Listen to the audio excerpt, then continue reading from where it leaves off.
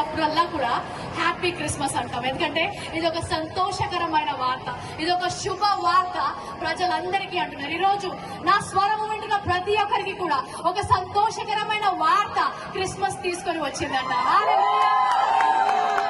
అనేక దశాబ్దాలుగా ఎన్నో తరాలుగా మన దేశంలో లోకంలో ఎన్నో ప్రార్థనలు చేశారు.